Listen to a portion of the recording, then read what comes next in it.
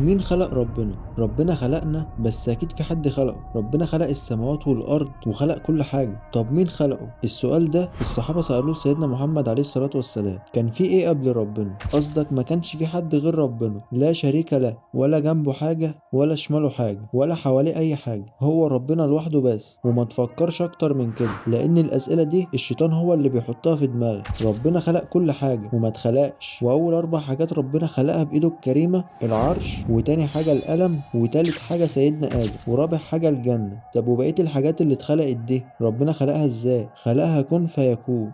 تعرف ان الملائكة ما بيقروش القرآن ولا بيفطروا ولا بيصوموا، ومفيش غير سيدنا جبريل بس هو اللي بيقرأ القرآن. بقية الملائكة بيسمعوه وما بيقرأوش. يعني ربنا مديلك نعمة مش مديها للملائكة. دي الملائكة ما بتصدق اننا نقرأ القرآن عشان يقعدوا يسمعوه، لكن الملائكة بيسبحوا ربنا ليل نهار وبيسمعونا واحنا بنقرأ القرآن كل صلاة. والرسول عليه الصلاة والسلام قال: لو الإمام قال ولا الضالين فقولوا آمين، فمن وافق تأمين الملائكة غفر له. يعني لو الملائكة قالت آمين معاك في نفس اللحظة هتتغفر ذنوبك.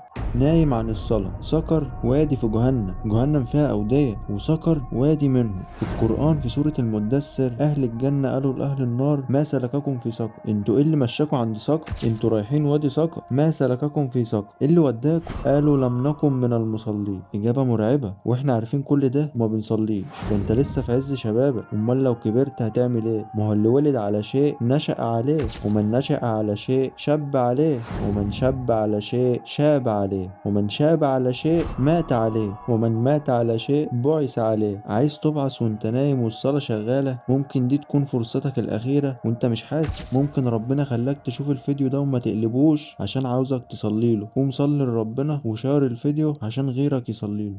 مين أول واحد شاف إبليس على الحقيقة؟ سيدنا آدم عليه السلام. بعد ما ربنا خلق سيدنا آدم من طين اداله الروح وأمر الملائكة بالسجود ليه. كلهم سجدوا إلا مين؟ إبليس. وقف بكل تكبر وقال: أنا خير منه، خلقتني من نار وخلقته من طين. ومن هنا بدأت العداوة بين الإنسان وإبليس. وإبليس قال: لأغوينهم أجمعين. يعني من أول يوم وأنت مستهدف. عدوك الحقيقي مش اللي في الشارع، عدوك هو إبليس. وفي لحظة غضب أو شهوة بيوسوس لك ويبعدك عن ربنا. فما تديلهوش فرصة، ودايما قول أعوذ بالله من الشيطان الرجيم، وما تخليش إبليس يفرح فيك.